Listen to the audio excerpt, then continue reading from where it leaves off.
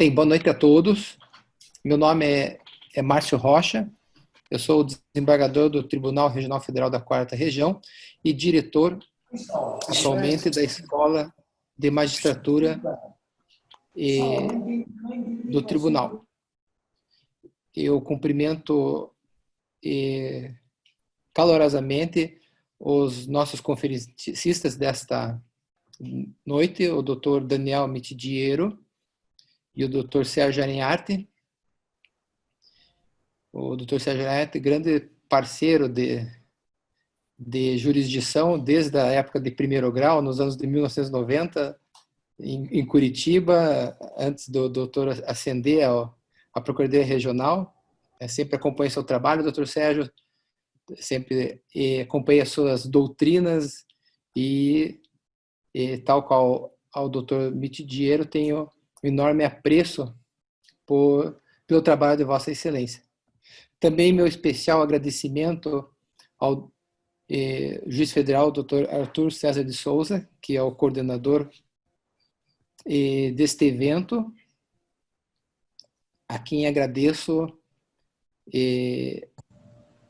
pelos trabalhos de realização desse tão importante evento.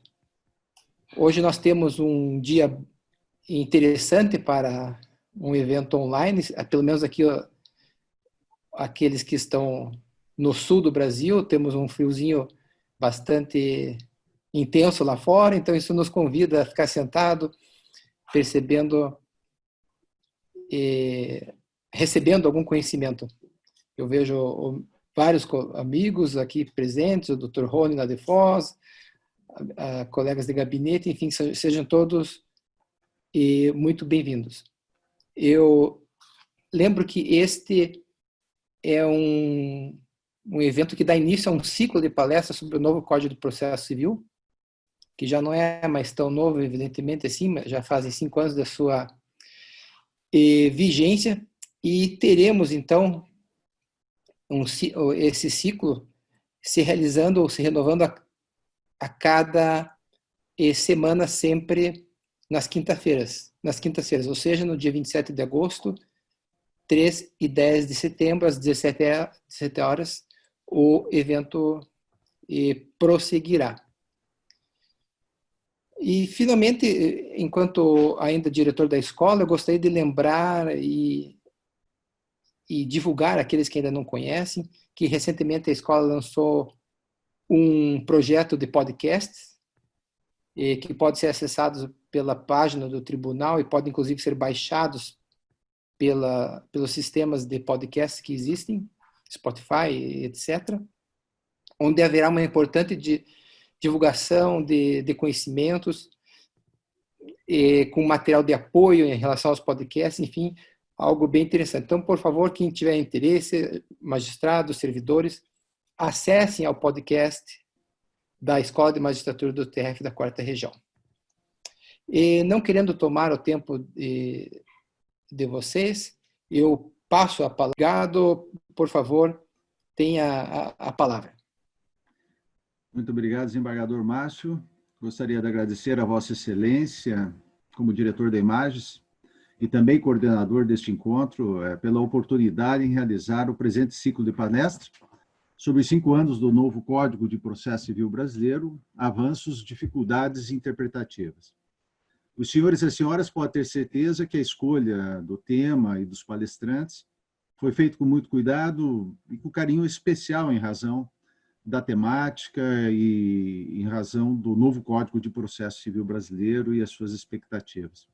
Esperamos que todos tenham um excelente trabalho e possam tirar o máximo proveito das perspectivas que serão trazidas pelos nossos palestrantes. Nesse primeiro dia de abertura do webinário, teremos a conferência do professor doutor Sérgio Cruz Arranharte, renomado processualista e que, sem dúvida, dispensava qualquer apresentação mais detalhada. Mas, sinteticamente, o professor Sérgio Cruz Arranharte é pós-doutor pela Università degli Studi di Firenze e procurador regional da República. O professor Sérgio Cruz falará sobre o tópico Os poderes do juiz no Código de Processo Civil atual. Em seguida, teremos a conferência do professor Dr. Daniel Mitidiero, também renomado processualista brasileiro, conhecido de todos nós, e da mesma forma dispensa maior apresentação. Ele é pós-doutor pela Universitat de l'Estudi de Pavia, doutor pela Universidade Federal do Rio Grande do Sul e advogado. Passo a palavra novamente ao nosso diretor de escola, desembargador Márcio, para dar início à nossa conferência. Muito obrigado. Obrigado, doutor Arthur. E então, sem novas interposições, peço aqui o doutor Sérgio Arinharte faça uso da palavra por 40 minutos, então. Muito obrigado, desembargador Márcio. Em primeiro lugar, eu queria agradecer imensamente o convite que foi feito por Vossa Excelência para estar aqui hoje. Para mim, é sempre um enorme prazer, uma imensa alegria e uma grande honra poder participar de eventos da Escola da Magistratura do Tribunal da 4ª Região, ao qual eu tenho um enorme carinho, uma enorme alegria de conviver, e particularmente com Vossa Excelência, como Vossa Excelência lembrou, né, eu convivo com Vossa Excelência desde a época da 2ª Vara Criminal de Curitiba, época em que eu aprendi muito do direito penal, do direito processual penal, ainda que eu não seja especialista na área, aquilo que eu aprendi ali, aprendi particularmente com Vossa Excelência. Lembro muito de um evento que acho, inclusive, que é muito interessante para ser mencionado nesse momento aqui, que espero que não vá causar nenhum tipo de problema em corregedoria e nem no Conselho Nacional de Justiça, mas que foi uma denúncia que uma vez eu propus e, belo e faceiro, fui participar da audiência de interrogatório do réu. O Vossa Excelência talvez até lembre desse episódio. E chega lá um senhor usando uma dentadura, que a dentadura dele vinha para fora, assim, da boca, coitado da pessoa, daquelas dentaduras que não eram feitas para a pessoa, eram aquelas dentaduras que eles ganhavam, provavelmente para votar em alguém, etc. E o sujeito era uma pessoa analfabeta de tudo, e estava sendo processada por supostamente levantar fundo de garantia de maneira indevida. Ele tinha fraudado a demissão dele. E a gente via de cara que a pessoa não tinha a menor bola, não tinha a menor condição de entender o que estava acontecendo ali. Posso perguntar para ele, mas o senhor agora está desempregado? Sim, estou desempregado. O senhor levantou o fundo de garantia agora? Não quero mais saber desse problema, isso dá muita dor de cabeça, depois a gente responde o processo por causa disso. E o senhor olhava assim para mim, olha o que você fez aí. E, na verdade, aquilo, para mim, foi uma grande escola, foi uma grande aprendizado. E a gente aprender a entender a importância que tem a autoridade que a gente ganha no exercício da função pública, mas também a responsabilidade que a gente ganha no exercício da função pública. Perceber que fazer uma denúncia, que para mim, um piazão na época, era alguma coisa muito normal, era escrever um texto, né? Não é fazer uma denúncia, não é escrever um texto, é acusar alguém de um crime, portanto é um negócio muito, muito importante e muito sério. E muitas vezes não percebe a extensão e a dimensão desse poder que a gente exerce. Então, tenho uma grande alegria de conviver com Vossa Excelência por todo esse tempo e de continuar aprendendo com Vossa Excelência aqui na turma avançada aqui do Paraná. Espero que possa continuar aprendendo por muitos e muitos anos com Vossa Excelência e com todos os magistrados que compõem aqui esse tribunal. Vejo também aqui a presença do desembargador Fernando Quadros, que também muito me honra esse convívio de grandes tempos. Também quero saudar ao doutor Arthur. Doutor Arthur, um enorme prazer, uma enorme alegria também compartilhar esse momento com Vossa Excelência, um grande especialista em direito processual civil. A gente fica até encabulado de estar aqui na condição de expositor, quando na realidade, provavelmente, quem devia estar aqui com muito mais ênfase é a Vossa Excelência. Queria também saudar a Isabel Cristina, está sempre presente nesses eventos, nos presta um auxílio gigantesco. Muito obrigado por toda a ajuda. E, por fim, não menos importante, queria dar uma especial saudação ao professor Daniel Mitidiero, meu irmão de letras, meu companheiro de tantos escritos, de tantas histórias, de tanto pensamento e de tantas cogitações. Não posso também deixar de agradecer a presença de cada um de vocês aqui nesse momento hoje. Eu acho que, desde aqueles que eu conheço há muito tempo, e vejo aqui algumas pessoas que eu conheço de fato há muito tempo, vejo o Rony, meu colega de concurso, né, juiz federal em Foz do Iguaçu, vejo magistrados que foram meus ex-alunos e que hoje em dia são brilhantes autoridades no exercício da jurisdição. Então, para mim, é uma imensa alegria, um enorme prazer encontrar com todos vocês e, enfim, compartilhar com vocês esses momentos aqui hoje. E, justamente porque tenho uma grande alegria de estar com todos vocês aqui, eu não poderia fazer com que vocês tivessem que ficar olhando a minha cara por muito tempo. Então, eu preparei aqui uma apresentação de PowerPoint para que, pelo menos, vocês se livrem de ficar olhando para essa minha cara feia durante esse período rápido da apresentação que eu gostaria de trazer para vocês. Eu gostaria, na verdade, de trazer, em primeiro lugar, uma observação que eu acho que, para mim, sempre foi muito importante. Para todos nós que escrevemos e trabalhamos sobre o direito, e particularmente para nós que trabalhamos sobre o direito processual, é muito importante esse diálogo com os magistrados, porque, na verdade, não adianta eu achar que uma tese é muito legal, o Daniel achar que uma tese é muito bacana, se os magistrados acabam achando que aquilo ali não tem o menor cabimento, não tem a menor aplicação. Então, o diálogo acadêmico com a magistratura em particular é, a meu ver, muitíssimo importante. Importante porque a gente aprende muitas coisas, a gente percebe realidades que a gente não havia pensado anteriormente, a gente percebe dificuldades que a gente não havia pensado anteriormente, mas, sobretudo, a gente aprende se alguma ideia tem ou não tem cabimento de ser aplicada na vida concreta e na nossa realidade concreta. Por isso, quando eu pensei aqui em trabalhar o problema dos poderes do juiz, acho que a primeira questão que a gente deve pensar é o que os juízes pensam, o que a magistratura e o judiciário brasileiro pensam sobre os poderes do juiz. Hoje, na verdade, a gente vive num ambiente em que há dois grandes polos de pensamento sobre a atuação do juiz e os poderes que são deferidos à magistratura brasileira. Nós temos aqueles que veem no Código do Processo Civil, particularmente no Código atual de Processo Civil, um instrumento que confere muito mais poderes para as partes do que se tinha no Código anterior.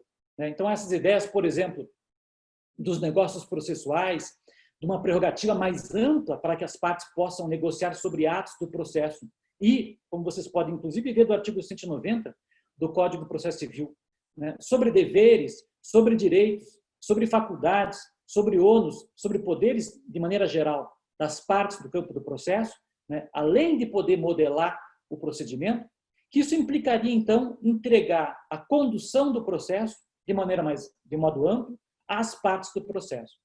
E nós temos aqueles outros que defendem uma visão de que, em que pese esse tipo de concessão feita pelo Código às partes, ainda há um papel predominante do juiz no campo da condução do processo. Talvez, dentro desse ambiente, a gente perceba uma certa dicotomia, e eu coloco essa dicotomia mesmo, porque eu já fui taxado por muitos de hiperpublicista, mas essa dicotomia entre o tal do hiperpublicismo e o hiperprivatismo.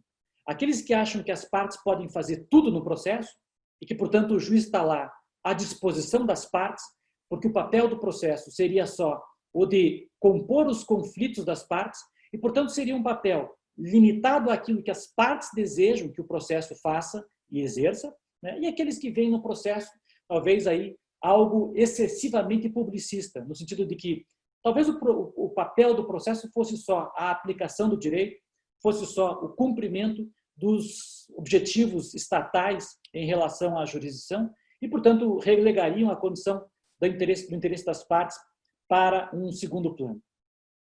Pois, nós podemos fixar qualquer tipo de compreensão e podemos ter qualquer tipo de compreensão para esse tipo de problema. É óbvio que os senhores que são magistrados, que são servidores do Poder Judiciário, enfim, estão ligados diretamente ao Poder Judiciário, é quem devem dizer qual é o papel que o Judiciário deve ter dentro desse ambiente atual. E isso não está colocado na legislação processual. Isso, se muito, é decorrência do próprio sistema constitucional brasileiro, que informa os objetivos do Estado brasileiro, que, portanto, também vão informar, como dizia o professor Oenfis, vão informar os objetivos da própria prestação jurisdicional. Agora, não é muito fácil, dentro dessa amplitude toda de objetivos que o Estado brasileiro tem, determinar se dentro do Estado brasileiro devem prevalecer os fins públicos do processo ou os fins privados do processo. Devem prevalecer os objetivos da jurisdição ligados à composição dos conflitos, à resolução das controvérsias, ou devem prevalecer, por exemplo, objetivos ligados à aplicação do direito, à pacificação social, ao estabelecimento da certeza quanto à interpretação do direito, problema que o professor Daniel Mitidiero trata muito bem quando trata do problema dos precedentes, etc, etc. Dentro desse ambiente todo, eu particularmente vou me valer aqui, talvez, de um ponto que talvez seja um ponto de equilíbrio. Um ponto de equilíbrio também buscado na obra do professor Daniel Mitidiero, sobre cooperação processual, e que pensa, e que busca, pelo menos, tentar estabelecer um ambiente de cooperação entre magistrados e partes nos objetivos de maneira geral do processo. Cooperação essa que vai fazer com que as partes possam ser vistas dentro de um ambiente de isonomia no curso do processo, embora impliquem ainda assim uma certa desigualdade na hora de impor certas decisões, ou a decisão da controvérsia. Mas o fato é que essa noção de cooperação processual, né, ela está atrelada também a uma visão de que o processo não pode ser visto apenas na sua perspectiva clássica, europeia, digamos assim, particularmente italiana, de solução das controvérsias. Nós que tivemos uma origem muito forte dentro dessa visão, desse viés italiano, quando a gente foi pensar a dogmática brasileira, né, do processo civil brasileiro, a gente se influenciou muito por aquela visão clássica italiana, que também porque trabalha com uma dicotomia de jurisdição, né? Lembrem que a Itália trabalha com uma jurisdição administrativa e uma jurisdição contenciosa privada. Quando nós fomos aprender a doutrina processual com a jurisdição contenciosa, que basicamente lidava com direitos privados, era até natural que a gente fosse dar uma ênfase maior para o interesse das partes no processo e para os objetivos das partes no processo. Não é à toa que uma das grandes definições de jurisdição que a gente usa até hoje é de Carnelucci, embora seja uma definição do começo do século passado, né, e que vai colocar a jurisdição como papel de composição da lide, de justa composição da lide, como uma composição do conflito havido entre as partes. Agora, se nós percebemos que essa visão é uma visão apenas parcial do problema, é uma visão que não incorpora, por exemplo, o problema da jurisdição administrativa naqueles países, e que dentro do Brasil, o país Brasil adota uma visão ampla de jurisdição que atua nessas várias frentes, parece claro que nós não podemos supor que o Código atual ou que a própria função jurisdicional seja uma função dedicada exclusivamente a trabalhar com o objetivo de compor os conflitos privados que são estabelecidos. Na realidade, há inúmeras outras funções com as quais a jurisdição brasileira atua e que põem uma ênfase bastante grande também no papel público da função jurisdicional. E se eu tenho uma função pública prestada pela jurisdição, que é muito importante, então nós temos também um servidor em particular, que é o juiz, que é responsável por essa atuação dessas funções e pela preservação dessas funções. Isso, para mim, e é uma concepção, claro, muito particular minha. Eu, obviamente, respeito qualquer outra opinião em contrário que veja outro objetivo da jurisdição, mas, na minha compreensão, esse é meu ponto de partida. A ideia de que, embora a jurisdição também sirva para a resolução de controvérsias, ela serve também, se não com mais ênfase, para vários objetivos públicos muitíssimo importantes. E para esses objetivos públicos, o juiz é o grande garante da solução ou da obtenção desses resultados públicos prestados dentro do processo. Por isso, na verdade, a dimensão do papel desses poderes do juiz assume, a meu ver, um outro tipo de viés. Ele não é um papel, esses poderes do magistrado não ficam submetidos à vontade das partes dentro do processo. Porque submeter a vontade do juiz, ou submeter esses poderes e deveres do juiz à vontade das partes do processo, implicaria dizer que o papel da jurisdição só está ligado à solução da controvérsia colocada por elas.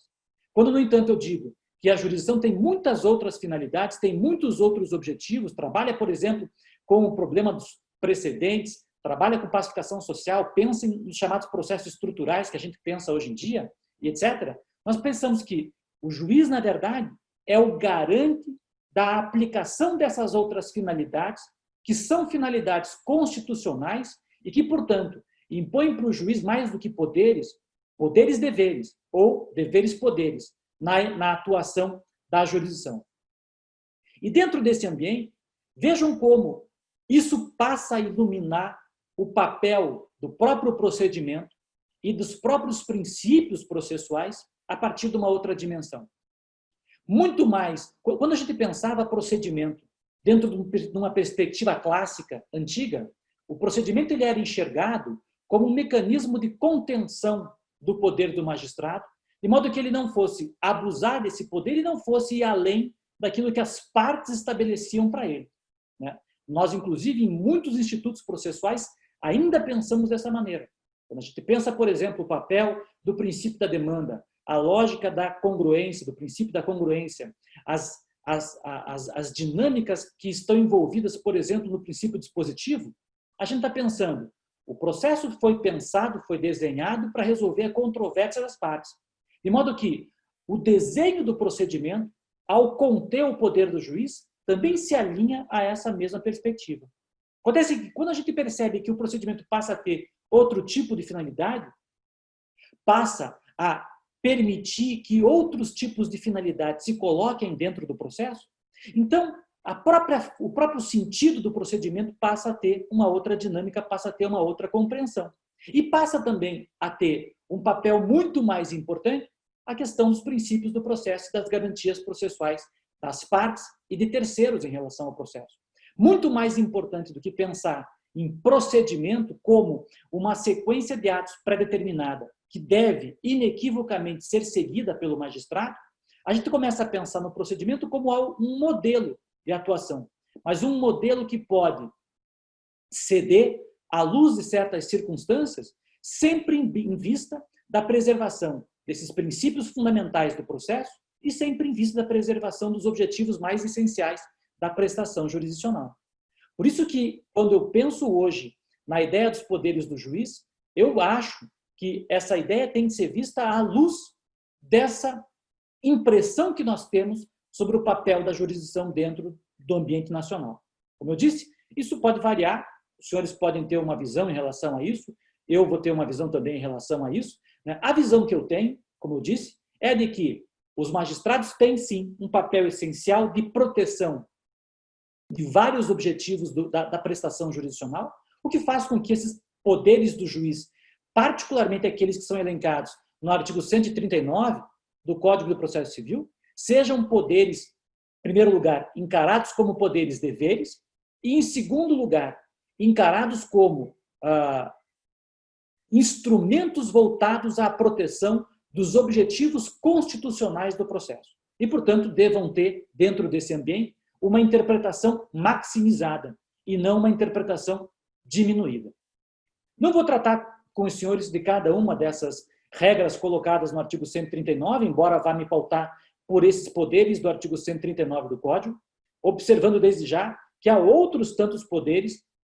O professor Daniel, no livro dele, trata de uma série de outros poderes, e inclusive ali no slide anterior eu colocava alguns deveres que são enumerados pelo professor Daniel mesmo, como deveres gerais da atuação jurisdicional, né? Mas vou me pautar nesses aqui, porque acho que já aqui a gente vai ter algumas coisas muito interessantes para tratar e algumas questões muito inteligentes, muito bacanas, muito interessantes de serem pensadas, refletidas para quem pensa a jurisdição nessa perspectiva um pouco mais publicista. Começo tratando, talvez, de uma das questões mais polêmicas colocadas aqui no Código do Processo Civil, que é o inciso 4 desse artigo 139. Esse dispositivo prevê um poder amplo de efetivação de decisões judiciais. E diz o Código, inclusive nas hipóteses em que a prestação imposta pelo Poder Judiciário consista em prestação pecuniária. E se coloca numa discussão que era antiga dentro do modelo brasileiro, né, que é de saber quais são os poderes do juiz para a efetivação das suas sentenças. Nós sabemos que, em 94, o Código sofreu uma modificação importante, né, com a previsão das ações para a tutela de prestações de fazer e não fazer, coisa que já havia anteriormente no Código de Defesa do Consumidor e, de certa maneira, já havia até nas ordenações do reino lá atrás, embora tenha passado por um momento de quase que de hibernação dentro do modelo brasileiro, mas foi uma reforma muito importante e que começou a ensejar uma discussão muito importante dentro do modelo brasileiro processual, que era de saber ou de perceber que o judiciário conseguia, ou podia, pelo menos, impor prestações às pessoas e, portanto, vencer um dogma que era o dogma da incoercibilidade das prestações que nós tínhamos como clássica dentro do modelo antigo do Código de 73. Mas a partir de 94, o juiz pôde, de maneira mais ampla, porque já havia isso em certas situações pontuais, mas pôde, de maneira mais ampla, impor prestações de fazer às partes e, para alguns, até a terceiros. A discussão que começou, então, a tomar mais volume aí era, em primeiro lugar, que tipo de prestação poderia ser imposta e, portanto, que tipo de prestação poderia ser imposta contra a vontade da parte? E, em segundo lugar, que tipo de mecanismo poderia ser aplicado para esse tipo de imposição? Essas discussões foram amplas, houve quem defendesse, como a gente sempre defendeu, que isso sempre foi possível também para prestações pecuniárias, mas fato é que, na doutrina da época, predominava, e também na jurisprudência, predominava a ideia de que prestações pecuniárias estavam fora desse ambiente aqui. O que fazia com que a gente tivesse um modelo, a meu ver, completamente anti-isonômico e irracional, no qual prestações de fazer, não fazer e depois entrega de coisa pudessem ser impostos contra a vontade da parte, por mais que fossem valores ou prestações não tão importantes assim. Por outro lado, prestações pecuniárias, por mais que tivessem algum conteúdo, algum valor constitucional relevante, esses não pudessem ter o mesmo tipo de proteção processual, não pudessem se valer dos mesmos mecanismos de tutela de que se valia a prestação de fazer. Então, eu podia, por exemplo, ordenar a alguém, sob pena de multa, que ele consertasse um banco da minha casa que estava estragado. Mas eu não podia ordenar, sob pena de multa, que alguém, por exemplo, pagasse alimentos indenizativos, porque na época se tinha a ideia de que alimentos indenizativos não seguiam a regra do regime da execução alimentar, seguiam sim a regra normal da prestação pecuniária, ou seja, tinham que ser pagos pela forma da sentença e da execução por expropriação. O que é um negócio meio esquisito, porque me parece óbvio que alguém que é atropelado e, portanto, tem direito a alimentos indenizativos, tem um bem jurídico muito mais importante do que eu, que quero que consertem a minha cadeira que foi quebrada. E, no entanto, pela lógica usada na época pelo modelo processual vigente, se supunha que eu podia violar a tua vontade para impor a você o conserto da minha cadeira, mas não podia violar a tua vontade para impor a você o pagamento dos alimentos indenizativos, no caso como esse. Acho eu que o Código atual vem e elimina essa irracionalidade do modelo anterior. Faz isso de maneira, a meu ver, clara dentro desse dispositivo aqui. E, no entanto, embora para mim isso seja muito claro, fato é que a jurisprudência ainda tem muita resistência em admitir uma aplicação ampla desse preceito, particularmente para prestações pecuniárias. E aqui, nesse slide, eu tento colocar para vocês alguns dos problemas que a jurisprudência e parte da doutrina brasileira têm enxergado na aplicação desse tipo de instituto. Por exemplo, e isso tem sido mais clássico na jurisprudência do STJ, se defende, e grande parte da doutrina pensa da mesma forma, se defende que a aplicação dessas medidas, chamadas de medidas atípicas de execução, no campo das prestações pecuniárias, só pode acontecer de maneira subsidiária, ou seja, só se o juiz não conseguir cumprir a prestação pela via regular, que seria a expropriação de patrimônio, com alienação de patrimônio, a execução tradicional, é que ele poderia, por exemplo, determinar a imposição da ordem de pagamento de soma, sob pena de multa coercitiva, ou de restrição a direito, ou de alguma coisa que vale. Então, esse é um pensamento muito comum e as decisões, ou várias decisões do STJ, acabam repetindo esse tipo de entendimento. Também, muitos autores, e também, de certa maneira, algumas decisões dos próprios tribunais, vão dizer que esses mecanismos de indução que podem ser empregados, só podem ser empregados se tiverem alguma relação com o patrimônio do réu. Porque toda execução é uma execução patrimonial. E, portanto, nada que eu impusesse uma prestação, mas que fugisse do ambiente do patrimônio do réu, poderia ser aplicado e poderia gerar algum tipo de medida indutiva. O que é um negócio meio esquisito, porque, convenhamos, o mecanismo mais evidente de meio indutivo que existe no direito brasileiro, que é a prisão civil, ainda que reservada para casos muito pontuais, é um mecanismo que não tem nada a ver com patrimônio. E ninguém nunca achou que seria inconstitucional a imposição da prestação alimentar com o emprego da prisão civil, porque ele não tem uma relação direta, porque a prisão civil não tem relação direta com o patrimônio do réu. Né? Mas, enfim, essa é uma das questões que tem sido postas por alguns autores e também pela jurisprudência brasileira. Também se tem discutido o problema de que, a rigor, o emprego de medidas indutivas, como técnica coercitiva, como medida apta a implicar o pagamento de soma em dinheiro, esbarraria no problema que seria o chamado princípio da menor onerosidade da execução. Porque se o sujeito tem patrimônio, então a medida menos onerosa sempre vai ser a restrição patrimonial, sempre vai ser a expropriação patrimonial. De modo que eu não posso utilizar de meios coercitivos se a pessoa tem patrimônio para ser expropriado. Notem, no entanto, que o Código de Processo Civil brasileiro é expresso em colocar o princípio da menor onerosidade como um princípio subsidiário para a efetivação.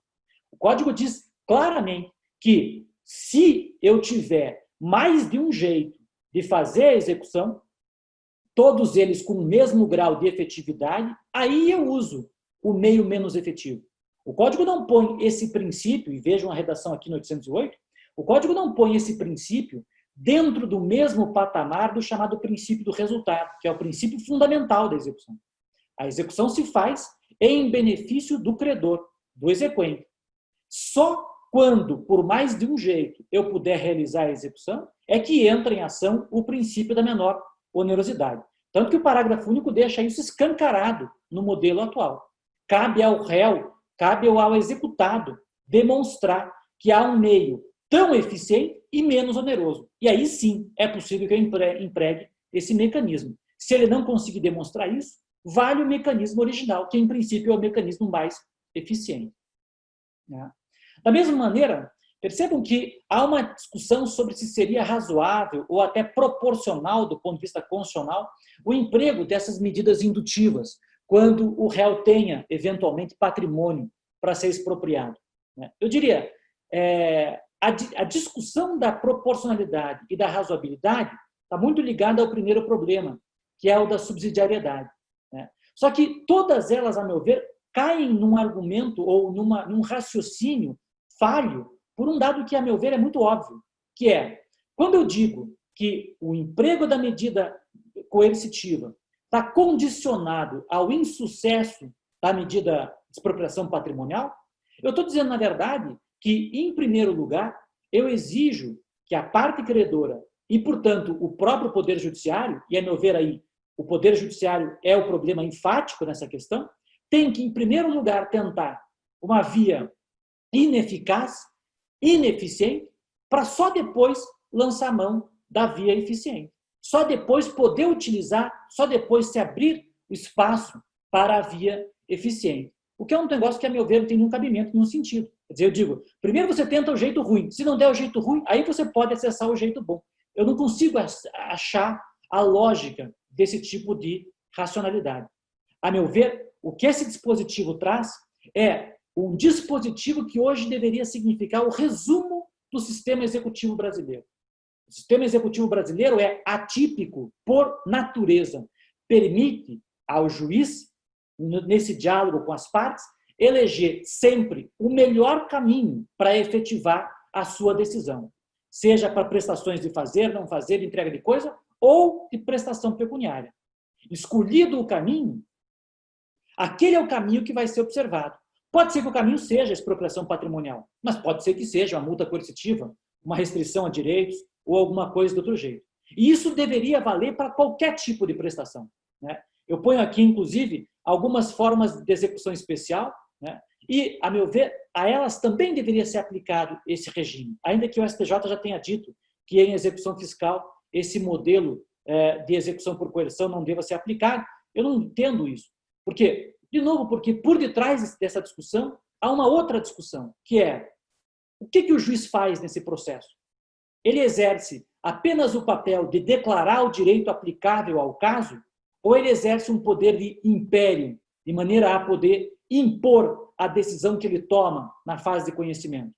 Que se o magistrado brasileiro é visto como uma autoridade, como, a meu ver, deve ser visto, então ele tem que ter poder de impor as suas decisões. Eu lembro uma frase de um autor muito importante inglês, chamado John Henry Merriman, que comparando o direito continental europeu, não o brasileiro, o direito continental europeu com o direito anglo-americano, dizia assim, o juiz, o magistrado continental europeu, não se vê como uma autoridade. Muitas vezes se vê apenas como um funcionário, como um burocrata, que tem por papel dar tramitação ao procedimento. E isso, a meu ver, é muito grave, embora seja algo que, de fato, às vezes se nota.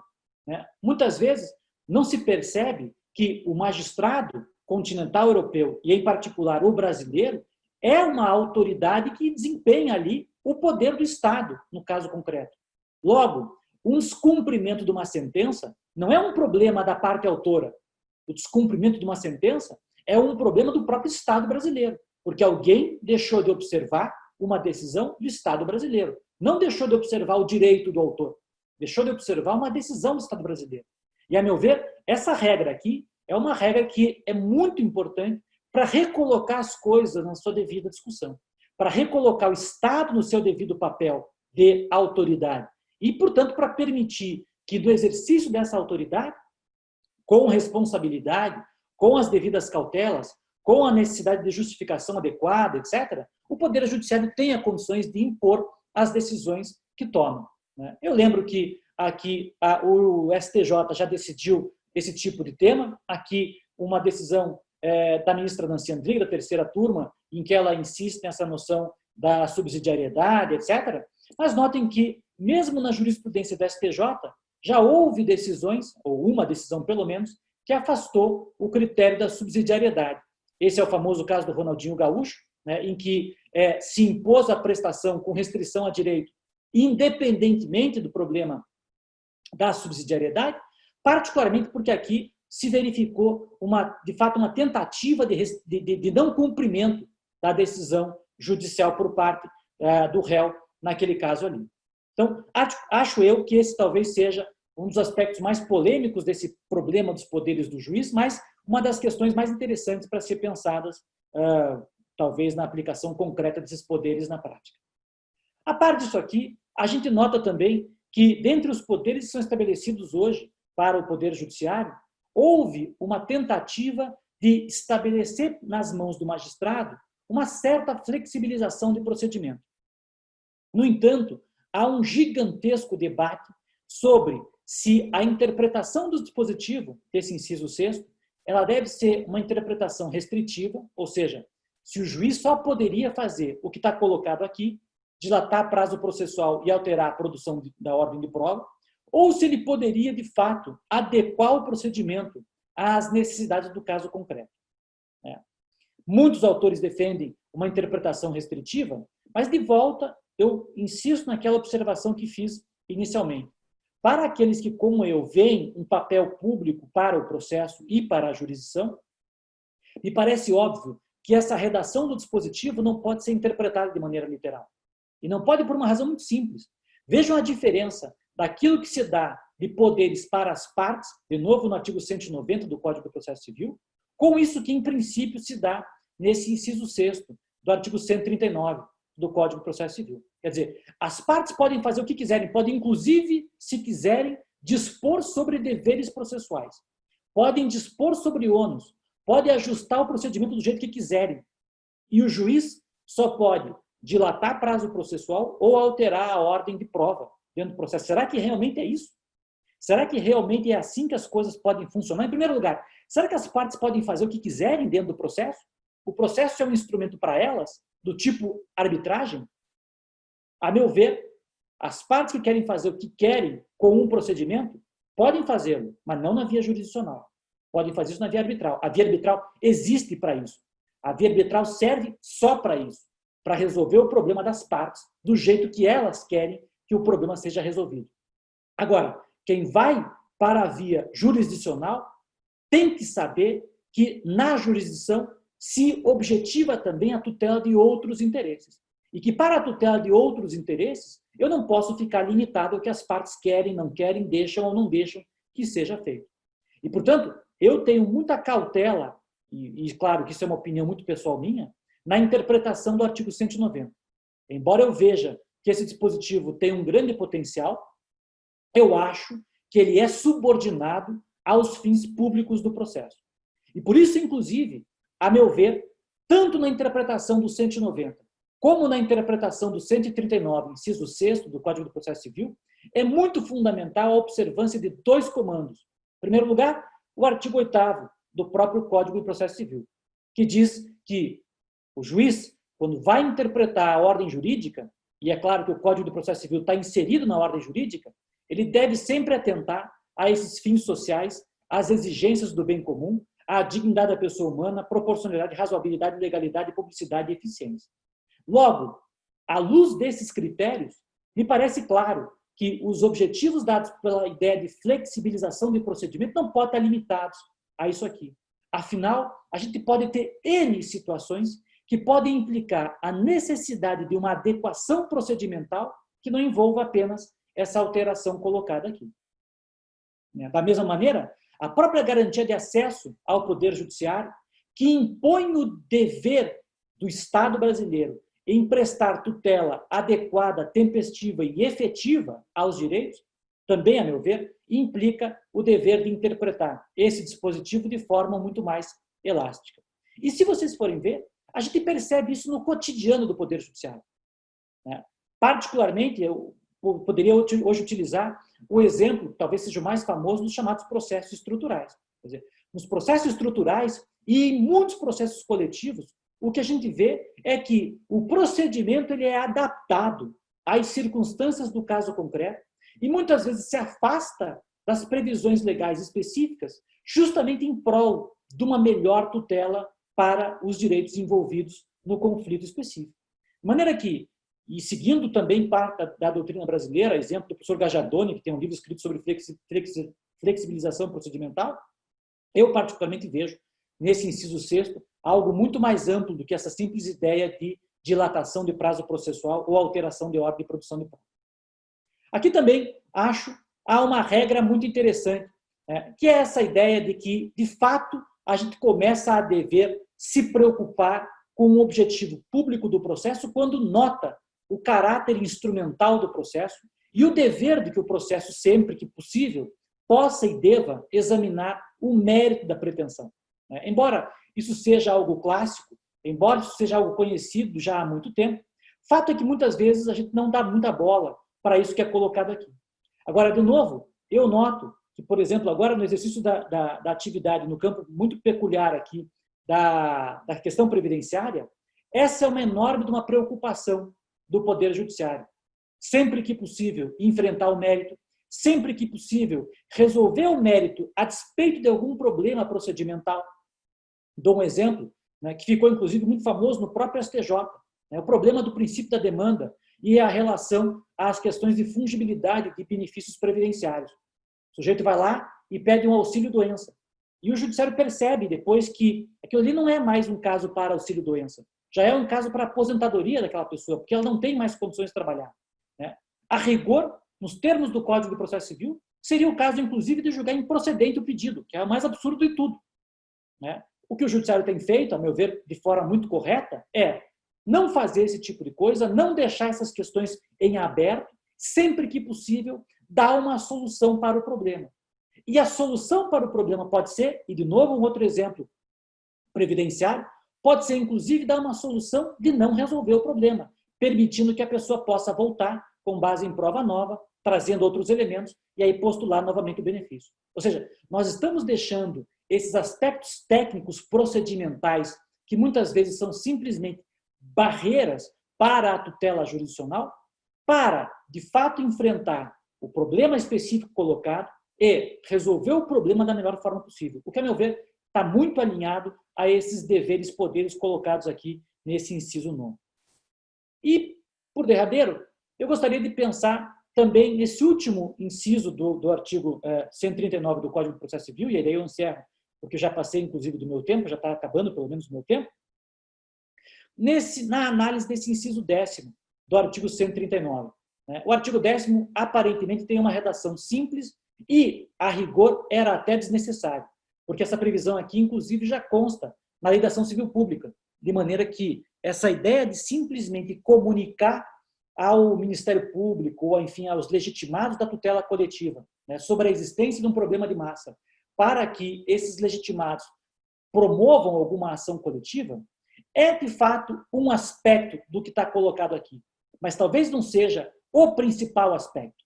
Em primeiro lugar, isso aqui, inclusive, é muito pouco utilizado. Eu mesmo vi uma única vez isso aqui acontecer. Recebi uma única vez um ofício de um magistrado comunicando a existência de um problema repetitivo. Mas o fato é que o que esse dispositivo quer dizer, a meu ver, vai muito além da possibilidade de mera comunicação ao Ministério Público da existência de um problema de massa. Isso aqui, na verdade, é uma expressão de algo que a gente chama de gestão processual. Eu, particularmente, chamaria de gestão processual panprocessual. O que significa isso? Aqui nesse slide, eu coloquei para vocês uma regra do Código do Processo Civil em inglês. Aliás, uma regra do artigo 1º do Código do Processo Civil em inglês. Curiosamente, o Código do Processo Civil em inglês começa dizendo assim: é papel do Poder Judiciário julgar os casos com justiça. Gozado que o nosso Código não lembrou de botar essa mesma frase dentre os princípios fundamentais do Código Brasileiro. E daí diz: julgar o caso com justiça envolve, daí ele traz uma série de uma relação de coisas, e dentre essas coisas ele prevê essa situação colocada aqui. Ele prevê que essa ideia de lidar com com justiça dentro do ambiente processual envolve também colocar para cada caso uma importância e uma quantidade de recursos compatível com a quantidade de recursos que eu tenho para colocar para os outros casos com os quais o Poder Judiciário tem que lidar. O que significa isso? Vejam que a gente faz muitas vezes, até de forma intuitiva dentro do ambiente processual. Na Justiça Federal, particularmente, é muito comum a existência de questões de massa que são tratados de forma individualizada. Eu me lembro, quando eu passei para juiz federal, a coisa que mais me chamou a atenção nos primeiros tempos em que eu atuava como juiz foi que eu recebi uma petição inicial para despachar, já vinha o despacho pronto da secretaria, que era o famoso cite o réu, que no caso era a União, para responder no prazo legal, como a matéria só de direito, volta em conclusos para a sentença. Era o despacho padrão. E já estava a sentença na contracapa dos autos do processo. Na época era autos físicos, né? Eu sou um pouco mais velho, a gente não tinha ainda processo eletrônico. Mas o que significava isso do ponto de vista concreto?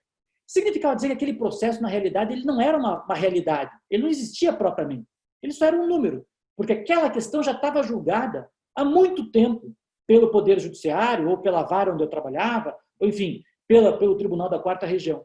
Aquilo ali simplesmente era uma tramitação que funcionava, mas sem que ninguém, a rigor, examinasse propriamente o caso concreto.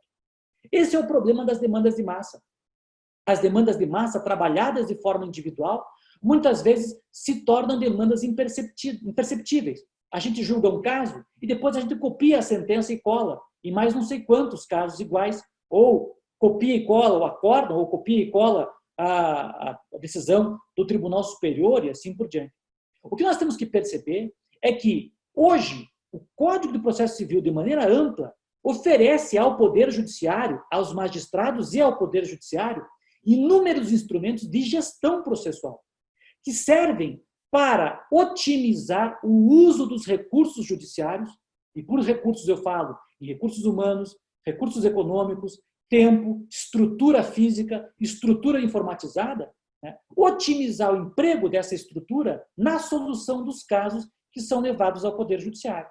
De modo que instrumentos como repercussão geral, recurso repetitivo, IAC, e até esses atos concertados entre juízes cooperantes devem servir justamente para essa finalidade, para evitar que a gente continue fazendo como se fazia no passado, de ficar julgando demanda repetitiva através desse simples procedimento do recorta e cola e começar a trabalhar esses casos através dessas técnicas de gestão, que são técnicas que são muito melhores do ponto de vista da otimização do serviço judiciário, geram isonomia, geram economia processual para as partes e para o Poder Judiciário e, portanto, oferecem uma resposta muito melhor. Claro que, dentre esses mecanismos de gestão de casos, a gente pode e deve, a meu ver, é inclusive o melhor mecanismo de todos, pode e deve utilizar da tutela coletiva, a que se refere o inciso 10, de que eu estou colocando aqui, que eu coloquei aqui em cima, certo? Mas o fato é que existem N recursos hoje à disposição do Poder Judiciário e que podem ser utilizados para essas demandas de massa, evitando que a gente continue trabalhando com um certo volume, que é praticamente um volume fantasma dentro do processo civil e do Poder Judiciário brasileiro. Esse volume que, a rigor, os magistrados não precisam ler, nem nos tribunais locais, nem nos tribunais superiores, porque entram dentro daquela famosa expressão, né, das sentenças que são sentenças padrão. Entra lá no ISS 1, ICMS 2, não sei o que 3, não sei o que 14, e que, a rigor, ficam ali como se fossem processos que existem de fato, mas que, concretamente, não são algo que deveriam expressar e deveriam tomar a atenção, na sua vida individual, deveriam tomar a atenção do Poder Judiciário. Posso fechar aqui? Nos seus objetivos públicos. Vai precisar de alguma coisa, computador? Eu encerro essa minha exposição lembrando uma frase que eu já utilizei num texto que eu escrevi, que é uma frase do professor Barbosa Moreira. O professor Barbosa Moreira, um enorme processualista, talvez um dos maiores processualistas que a gente teve, né, dizia que, quando porventura nos pareça que a solução técnica do problema elimina ou reduz a efetividade do processo, desconfiemos primeiramente de nós mesmos. É bem possível que estejamos confundindo com os limites da técnica os da nossa própria capacidade de dominá-la e de explorar-lhe a fundo as virtualidades. A preocupação com a efetividade deveria levar-nos, a miúde, a lamentar menos as exigências, reais ou supostas, imputadas à técnica, do que a escassa habilidade com que nos servimos dos recursos por ela mesma colocados à nossa disposição. Há uma reflexão aí, a meu ver, muito interessante. De fato, nós temos, acho eu, o judiciário que se vê como autoridade, que vê objetivos públicos para dentro do processo, tem um compromisso aí de interpretar com criatividade o direito processual, extrair das regras do processo a sua mais apta, mais efetiva, mais adequada interpretação em prol da tutela dos direitos de que a sociedade tanto precisa. Então, agradeço mais uma vez a ocasião de estar aqui, agradeço, desembargador Márcio, o convite para participar desse momento com Vossa Excelência e com todos aqui presentes, e fico à disposição depois para qualquer dúvida ou comentário. Muito obrigado. Professor Sérgio Arranharte, muito obrigado pela sua pontual, objetiva exposição e que nos desperta muito a uma reflexão importante desses temas tratados pelo estimado professor Sérgio, em especial em relação a esses poderes que Vossa Excelência pontuou.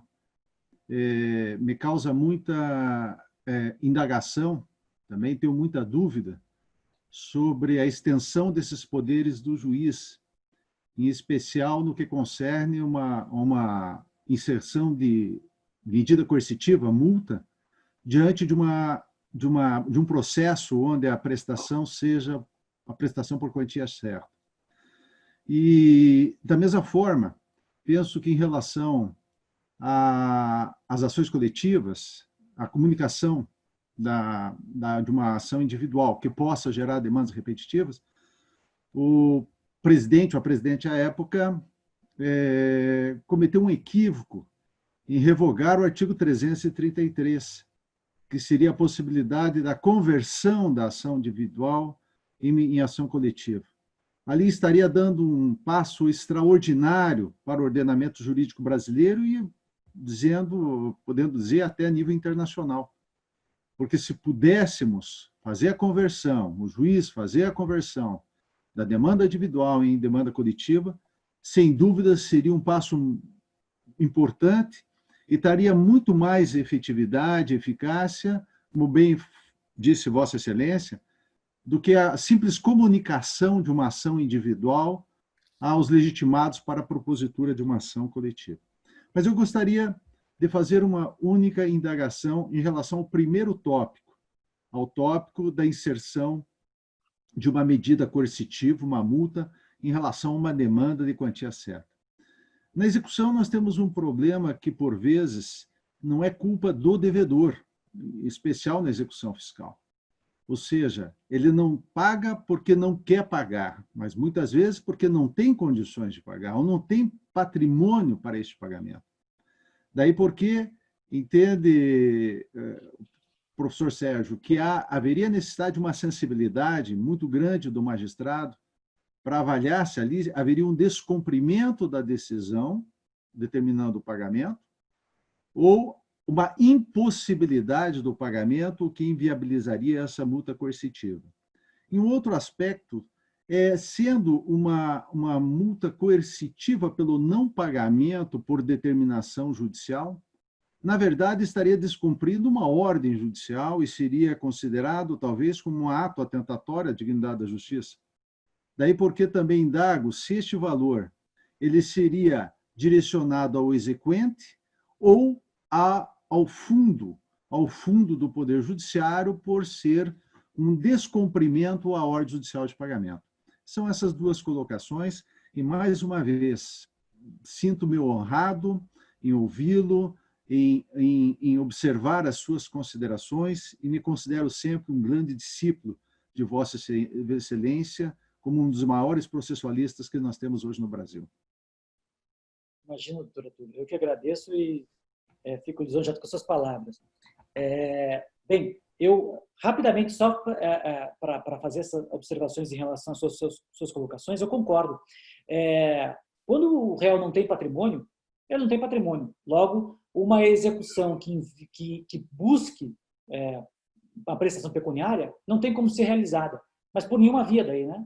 Nem pela via da expropriação patrimonial, a via clássica, nem por outro tipo de mecanismo que pudesse tentar vencer a vontade. Porque daí, de fato, o problema não é mais vencer a vontade da parte, porque não é a vontade que está impedindo o pagamento, é a impossibilidade concreta de um pagamento. O que, no entanto, eu acho é que isso, na verdade, redunda num segundo problema, que talvez seja o principal problema da execução brasileira atual, que é a falta de mecanismos que imponham o que a gente chama de transparência patrimonial, ou seja, a efetiva condição de que a gente tenha um retrato patrimonial do executado para saber se ele tem condições de pagar ou não tem, se ele vai pagar ou não vai, se, portanto, o processo vai ter alguma efetividade ou não. Ainda com todos os mecanismos que nós temos, né, o passe em júri a ser agora trocado mês que vem, todos esses mecanismos de coleta de dados em relação a veículos, bens, etc. e tal, fato é que no Brasil é muito fácil para a pessoa esconder seu patrimônio. E para a parte credora, é um risco gigantesco iniciar uma execução, porque ela não tem condições de saber de antemão se aquela execução vai ser frutífera ou não. É interessante até, só para ter um modelo de comparação, ver o que acontece na Alemanha. Na Alemanha, o réu é obrigado a fazer uma relação de bens quando começa a execução, como no Brasil também poderia ser. O código prevê que o juiz possa impor a ele, ao réu, ao executado, de quais são os seus bens para serem executados. A diferença é que, se o réu mente na Alemanha, ele comete um crime, além de sofrer uma série de outras sanções. Aqui no Brasil, o réu que simplesmente omite, não vai acontecer nada, porque eu também não vou saber que ele mentiu. O magistrado também não vai saber que ele mentiu. Logo, eu digo que eu tenho lá de bens um veículo podre, né? Isso não vai levar a nada. Eu vou, de novo, usar um exemplo de um caso que eu atuei junto com o desembargador Márcio. O Ministério Público havia processado um gigantesco do empreiteiro daqui do Paraná, já falecido. Quando a gente conseguiu a sentença de procedência, fomos procurar os bens que esse cara tinha. O bem mais valioso que ele tinha era declarado no imposto de renda, era um veículo que tinha 5 anos de idade, o que era obviamente uma enorme mentira. Os bens dele estavam todos numa pessoa jurídica, que por sua vez tinha como sócio uma outra pessoa jurídica, que era uma pessoa jurídica, que era a pessoa jurídica da pessoa jurídica da pessoa jurídica, que não se achava mais onde é que estavam os bens desse sujeito. Então era assim, o escárnio era tão grande, e talvez o desembargador Márcio se lembre disso também, que na audiência, esse sujeito chegou a dizer que ele tinha comprado uma área no Pará, que era o tamanho de 2 Bélgicas e meia. E, no entanto, na declaração de imposto de renda dele, ele era um coitadinho, ele tinha menos patrimônio do que eu. Então, esse é o grande problema da execução brasileira. Como eu não tenho condições de determinar qual é o patrimônio que a pessoa tem, eu nunca vou ter condições de dizer se os mecanismos de expropriação ou de indução vão ser adequados ou não. Mas eu concordo com Vossa Excelência. Se o problema é a inexistência de patrimônio, se ele não tem como pagar, ele não tem como pagar. Esse é um problema que é insolúvel e insolúvel em relação a qualquer tipo de modelo. Quanto à sua segunda pergunta, eu escrevi um artigo há muito tempo atrás, antes mesmo do Código atual, em que eu defendia a ideia de que o valor das multas e das multas coercitivas de forma geral, seja a multa coercitiva de valor pecuniário, seja de prestação de fazer ou não fazer, elas fossem dirigidos ao Estado, os valores da multa fossem dirigidos ao Estado. E eu dizia justamente que o grande problema, e o nosso código não adotou essa tese, né? No projeto original até havia uma sugestão de utilizar um critério que é um critério de Portugal, que é um pedaço vai para a parte, um pedaço vai para o Estado, mas nem isso não passou. O código adotou a ideia de dar tudo para a parte, a multa coercitiva para a parte. Mas o que eu dizia na época era que a multa coercitiva é imposta, como Vossa Excelência mesmo colocou, pelo descumprimento da ordem judicial, não pelo descumprimento da obrigação. Pelo descumprimento da obrigação, eu tenho juros de mora, eventualmente correção, multa contratual. Isso são sanções privadas pelo descumprimento da minha obrigação. Agora, quando o juiz dá uma ordem, faça, não faça, pague, sei lá o quê, e eu não cumpro, eu descumpro a ordem dele. E dar o dinheiro decorrente disso para a parte, a meu ver, ainda que fosse R$1, é enriquecimento sem causa. Porque o credor está ganhando dinheiro sem ter uma razão para receber esse dinheiro. Está recebendo um incremento patrimonial sem ter razão para isso. No entanto, essa é uma tese que não foi acolhida no Código Brasileiro e, curiosamente, ela não foi acolhida para o direito privado, porque na tutela coletiva o valor da multa vai para o Fundo de Direitos Difusos, o decreto que regula o fundo prevê, né, a destinação do valor da multa para o fundo coletivo, logo é um outro modelo de atribuição, mas para o regime regular não vai. E, enfim, não tem muito hoje como brigar disso daí. Né? Novamente, Dr. Sérgio Arinharte, obrigado pela sua exposição. Lembrei do caso, Vossa Excelência tem uma memória fantástica e não são poucas as vezes que se refere a casos que atuamos no mesmo processo e Vossa Excelência vem com uma lembrança interessante e que me faz rememorar bastante eventos. Então, obrigado pela sua manifestação. E então eu vou passar a palavra nesse momento para o professor Daniel Mitidiero, que nos falará sobre esses 5 anos do novo Código de Processo Civil, alguns aspectos gerais. Muito obrigado, Isabel Márcio. Uma grande alegria estar aqui no TRF, né? Estar ubiquamente no TRF e em casa ao mesmo tempo. É uma grande alegria poder estar na escola. Sempre recebo com muita... me sinto muito homenageado quando recebo um convite da escola do TRF. Quero também agradecer ao doutor Arthur, uma alegria poder estar aqui tiver novamente. É um grande prazer poder contar com a tua interlocução. Conheço já o Arthur também de longa data, principalmente também de seus livros da jurisdição. Quero cumprimentar a doutora Isabel Cristina, está sempre nos auxiliando em todos os eventos da escola, toda a equipe que está trabalhando para dar tudo certo, né? O Ricardo, o Rodrigo, o Ulisses.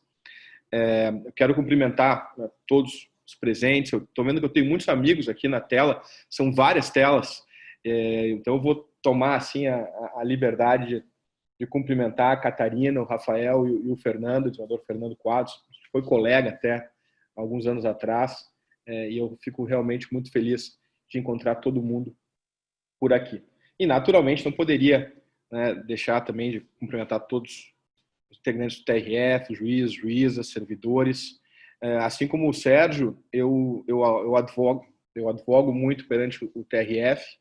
O Sérgio trabalha como procurador regional no TRF, mas aprendo muito com os casos concretos, né?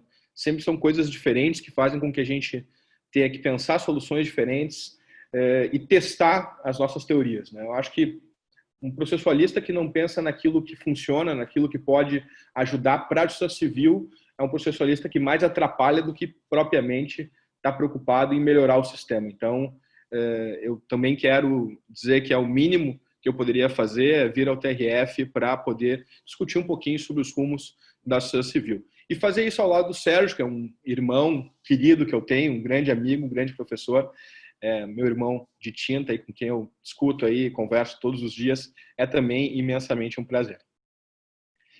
Eu vou dividir a minha exposição basicamente em duas grandes linhas, né? E naturalmente pretendo não falar sobre os aspectos que o Sérgio já falou, mas eu pretendo basicamente dizer o que estava na agenda, né, da Justiça Civil brasileira antes do Código de 2015, o que entrou com o Código de 2015, né, o que a gente tem lá no Código de 2015 que concretizou essa agenda da Justiça Civil, né, e o que está por fazer nos próximos anos, para que a gente tenha condições de efetivamente transformar a Justiça Civil brasileira.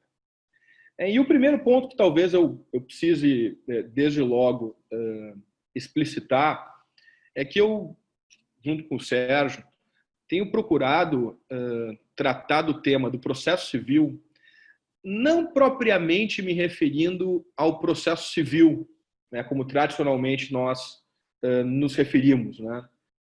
Eu tenho procurado trabalhar o processo civil numa perspectiva que o coloca dentro da justiça civil, né? De um modo geral, quando a gente lê os autores franceses, italianos, alemães, a expressão com que o processo vai tratado é processo civil.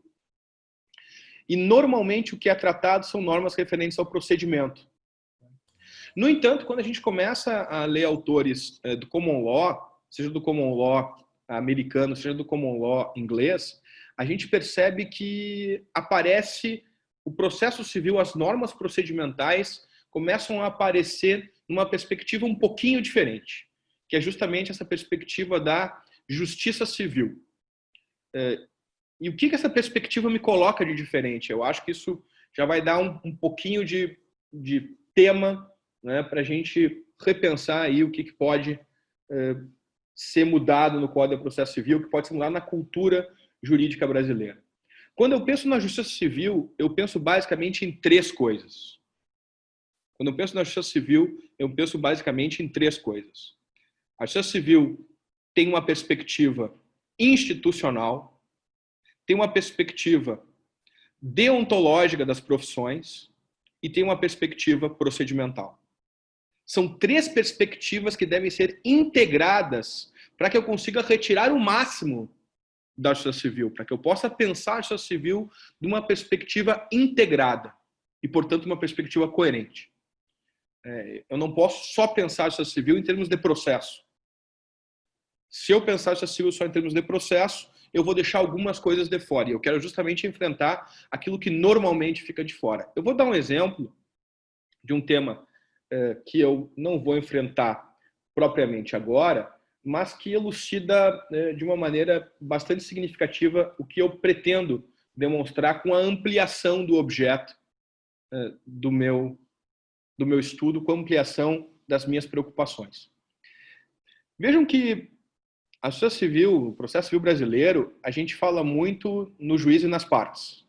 O juiz, as partes, enfim, procuradores, defensores, Ministério Público, enfim, o maquinário da justiça. Mas tem um sujeito oculto na justiça civil que não é teorizado no Brasil, assim como não é teorizado na Itália, na França e na Alemanha, e que poderia ter um papel fundamental para tornar o processo mais inclinado pela busca da verdade, pela busca da justiça num sentido substancial, que é o advogado. Vejam que o Código de Processo Civil fala em deveres da parte. E quando nós vamos comentar, né, Arthur, lá essas partes do deveres da parte, às vezes a gente se coloca em dúvida, bom, mas é deveres da parte ou deveres do advogado? Quem é que não pode efetivamente, né, postular contra norma expressa? Pô, mas a parte nem conhece direito. Eu vou dar um exemplo que vem de cinema, né? Eu particularmente gosto muito de cinema, e tem uma frase clássica lá no Poderoso Chefão, parte 1. Poderoso Chefão, parte 1 é espetacular. Tem uma frase clássica que acho que evidencia bem isso que eu estou querendo dizer. Quando o Michael assume a família, a primeira coisa que ele faz é dizer o seguinte: olha, Tom Hagen, o que até então era o consigliere, né? A partir de agora, você não vai ser mais o conselheiro. A partir de agora, você vai ser o advogado. E sendo o advogado, você não pode mais presenciar e você não pode mais tomar conta de alguns negócios e de alguns assuntos da família. E por que que isso não pode ser assim? Para quem conhece o processo americano e para quem conhece o processo inglês, sabe muito bem por que que isso não pode ser assim. Porque o advogado, se tem ciência de algum documento que diga respeito aos fatos da causa que não são levados a juízo, ele responde perante, né, perante a Bar Association, ou perante, no nosso caso, na OAB. Vejam que ele pode entrar em contempt of court perante o Poder Judiciário. E vejam que isso é um elemento essencial para a construção no processo do common law do que o pessoal chama de discovery. A fase de discovery é a fase de descoberta das provas. O advogado, se conhece documentos, ele tem o dever de revelar. A parte não tem o dever de revelar, mas o advogado tem. Por que no processo civil brasileiro a gente normalmente não pensa nesse tipo de solução? Por uma razão muito simples, porque a gente não teoriza o advogado. Eu, naturalmente, não pretendo falar sobre isso hoje, o meu assunto é outro, mas esse é um dos exemplos em que o objeto da justiça civil fica muito claro quando a gente amplia uma perspectiva de análise do tema. Eu pretendo enfrentar aqui especificamente a maneira pela qual nós devemos fazer uma ligação entre o aspecto institucional da justiça civil e, portanto, do sistema de cortes, juízes, juízas, cortes de justiça, no caso TRF, e cortes supremas, Supremo e STJ, e a maneira pela qual isso impacta o modo pelo qual o direito é interpretado e aplicado, em termos de precedentes, e a maneira pela qual isso, no futuro, espero eu, num futuro bem próximo, possa impactar, inclusive, a duração do processo e redesenhar o sistema de justiça com a aprovação da PEC, que foi apelidada da PEC da segunda instância, mas que, na verdade, é uma PEC que visa a remodelar a justiça civil no nosso país e não só a prisão em segunda instância. Então, basicamente, o primeiro ponto da minha exposição é justiça civil. A justiça civil, ela necessariamente tem que ser pensada de maneira integrada do ponto de vista das Cortes de Justiça e das Cortes Supremas. Quem faz o quê dentro da administração da justiça civil?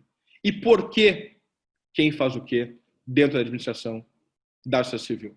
E qual é o impacto que isso tem na maneira pela qual as decisões judiciais são redigidas? Eu acho que esse é um ponto fundamental. E com isso eu consigo, por assim dizer, unir essas duas pontas dessa temática. Se a gente for abrir os livros de processo do início do século XX, Chiovenda, Calamandrei, Carnelucci, que incrivelmente ainda hoje são citados por muitos manuais escritos no Brasil no início do século XXI, ou no final do século XIX, no final do século XX, é um negócio incrível. Se a gente for abrir esses manuais, a gente vai ver que a ideia era de que o processo civil visava dar tutela aos direitos em particular, visava resolver um caso concreto. Quando muito se discutia resolver um caso concreto de maneira adequada, visava resolver o caso concreto com justiça, e assim as expressões poderiam se multiplicar. Mas era sempre a ideia de que o processo civil visava resolver um caso concreto. E se isso, de fato, fosse a premissa assumida, nós tínhamos, por assim dizer, uma consequência. Qual era a consequência desta premissa? Uma consequência em termos de estruturação do procedimento recursal e das instâncias da justiça. Se a tarefa do Poder Judiciário é simplesmente julgar casos, a pergunta subsequente que vem é, então, qual é a função do sistema de cortes? Veja, nós temos claramente juízes e juízas de primeiro grau que julgam os casos analisando fato, prova e direito. No sistema da tradição romano-canônica, nós temos uma tradição de ampla revisão dessas decisões de primeiro grau. Então, eu tenho uma ampla revisão, Eu tenho uma revisão in totum das decisões. No que tange aos fatos, a prova e o direito. É diferente do common law, em que na Inglaterra eu tenho que pedir permissão para apelar para o juiz de primeiro grau. Já no direito americano eu tenho já o direito de apelar, mas só restrito às questões de direito. Mas na tradição continental e na tradição brasileira eu tenho estruturado o que nós chamamos de duplo grau de jurisdição. É uma revisão em toto. E qual seria o papel das cortes de vértice, partindo desse pressuposto? Partindo desse pressuposto, as cortes de vértice, no caso brasileiro, o Supremo e o STJ, seriam entendidas como cortes de controle e de jurisprudência. Como cortes de controle e de jurisprudência. A pergunta que não quer calar é a seguinte: afinal de contas, controle do quê? Controle, segundo a doutrina à época entendia, por todos aqui o Calamandrei, controle dos erros e acertos das cortes de justiça na interpretação das normas. E aí, então, o resultado da atuação dessas cortes era o que nós chamávamos de uniformização de jurisprudência. Uniformização de jurisprudência que era sempre uma simples uniformização no sentido de declaração de uma norma pré-existente. Como a única maneira que nós tínhamos de fazer com que todos os casos, assegurar que todos os casos tivessem uma decisão uniforme, seria assegurar o direito ao recurso para uma corte de vértice, a consequência que nós tínhamos é que havia assegurado o direito de interpor um recurso ao Supremo, interpor um recurso ao STJ, para todos os casos, para que todos os casos fossem examinados. E aí, então, cada um dos casos seria controlado, esta é a palavra, pelo Supremo e pela STJ, que uniformizaria, no caso concreto, a solução do caso. E assim nós tínhamos um sistema que estava todo orientado para a centralização.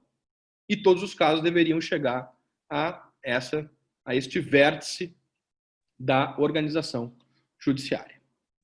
E o pressuposto deste sistema, e aqui é que vem o ponto que eu gostaria de discutir com vocês, é que a interpretação do direito sempre partia do pressuposto de que havia uma norma pré-existente.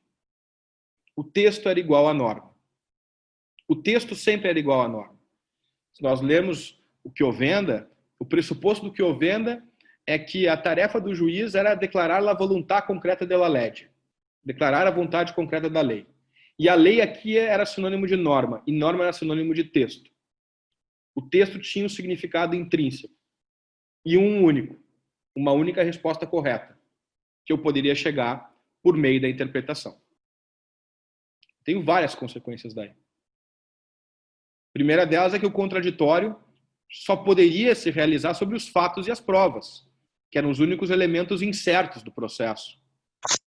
Sobre o direito, não havia por que haver contraditório, já que o direito era sempre anterior ao processo e sempre anterior à interpretação. Sobre o direito, não poderia haver surpresa, já que todos conhecem o direito, e em especial o juiz conhece o direito. Então não era necessário dialogar sobre o direito. E mais do que isso, quando as cortes de vértice decidiam uniformizando o direito para declarar um direito que sempre existiu. E, portanto, poderia haver tranquilamente retroação das decisões das cortes de vértice sobre o que já havia sido decidido, inclusive quanto à coisa julgada. Vejam como esse é um desenho que pode fazer sentido na cabeça de muita gente ainda. Mas esse é um desenho que, rigorosamente, foi desconstruído pelo Código de 2015. E por que ele foi desconstruído pelo Código de 2015? Porque o Código de 2015, ele deve ser lido em uma chave de leitura que percebe que a tutela dos direitos não pode ser pensada apenas numa perspectiva particular. mas deve também ser pensado numa perspectiva geral. Ou seja, para além da solução do caso concreto, existe uma tarefa significativa da justiça civil, que é outorgar significado ao direito, decidir sobre o significado do direito. E aí, então, vamos lá, nós temos uma alteração no que tange ao papel das cortes e nós temos uma alteração no que tange à dinâmica da interpretação e aplicação do direito no processo. Qual é a alteração que eu tenho no que tange ao papel das cortes? Muito bem. Juízes e juízas de primeiro grau, cortes de justiça, continuam decidindo com justiça o caso concreto, na sua integralidade, fato, prova, direito, no sistema jurídico brasileiro. Agora, as cortes de vértice deixam de ser pensadas como cortes de controle e de jurisprudência e passam a ser pensadas como cortes de interpretação e precedentes. Em outras palavras, e esse é um ponto fundamental, as cortes supremas passam a decidir sobre o significado dos textos utilizados pelo legislador a fim de que deles eu possa extrair uma norma jurídica. Ou seja, eu não controlo um erro e acerto, entre aspas, cometido por uma corte de justiça. Eu decido sobre o significado do direito. Porque uma corte de justiça, quando decide, isso qualquer pessoa que começa a trabalhar com o direito percebe. Eu leio um texto, um dispositivo legal, e examino um caso, e percebo que um dispositivo legal pode dar aso a mais de uma solução possível. Qualquer um de nós percebe isso trabalhando. Então, se isso é verdade, o problema da Corte Suprema não está em controlar erros e acertos, já porque o direito, porque a norma não é anterior ao processo de interpretação. Ou, pelo menos, a norma não é totalmente anterior ao processo de interpretação. Na verdade, o que o legislador me dá é um texto. A norma é o resultado da interpretação. O que o legislador me dá é uma moldura dentro da qual cabem diferentes significados que devem ser justificados argumentativamente em uma decisão. E se isso é verdade, o papel da Corte Suprema não é de controle, é de interpretação, decidir sobre o significado. O papel, o resultado da Corte Suprema não é de uniformização de jurisprudência, de algo consolidado, pré-existente, mas é de unidade ao direito, resolvendo dúvidas interpretativas e desenvolvendo o direito para desafios sociais, respondendo a desafios sociais que antes não haviam sido ainda pensados. Bom, se isso é verdade, eu vou voltar lá para o início. A dinâmica do procedimento muda. Se é verdade que norma não é igual a texto, e isso é basilar na teoria do direito do século XX, de que o texto comporta mais de um significado possível, de que as normas podem ter alcances diferentes, para usar uma linguagem que eu gosto, de um filósofo chamado Ricardo Guastini, se é verdade que, no mínimo, o direito padece de uma dupla indeterminação, que os textos são equívocos e as normas são vagas, e, portanto, o Poder Judiciário decide sobre o significado e decide sobre o alcance, então eu não tenho só, no processo judicial em jogo, fatos e prova. No processo judicial, eu tenho em jogo o próprio significado do direito no caso. E é por essa razão que o Código de Processo Civil resolveu dilatar os horizontes do contraditório. E disse o seguinte, olha, eu preciso debater em juízo se de fato o que o autor está dizendo e o réu está dizendo, se de fato esse significado pode ser adscrito ao texto.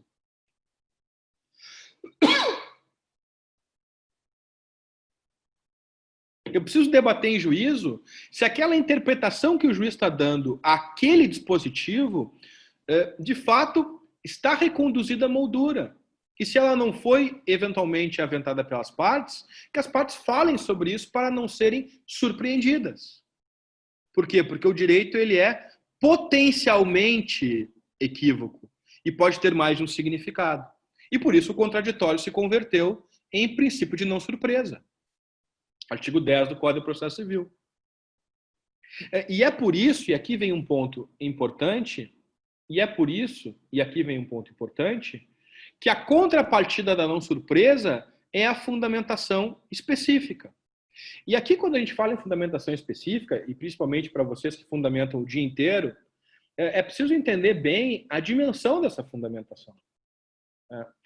Fundamentação específica não significa enfrentar todos os argumentos levantados pelas partes, porque as partes podem argumentar 10, 15 pontos, e, na verdade, tudo se resume a um único fundamento. Então, é preciso distinguir argumento e fundamento. Fundamento é aquilo que, por si só, leva à consequência jurídica pretendida. O argumento é tudo que está em torno do fundamento.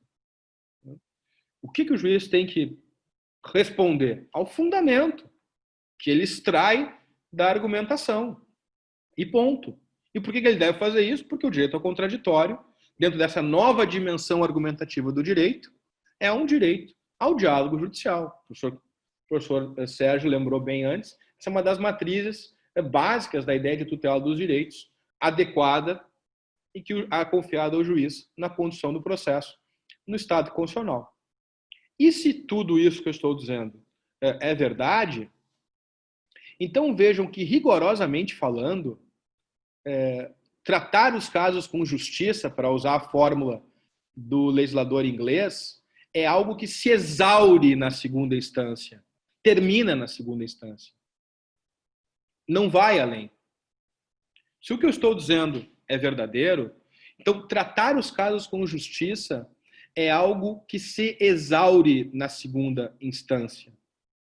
E aqui é preciso deixar muito claro uma divisão funcional que existe no seio da justiça civil, quando a gente começa a olhar a justiça civil desde o ponto de vista da teoria do direito.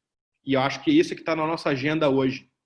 E esse é o nosso compromisso hoje, que vai ter um impacto importante.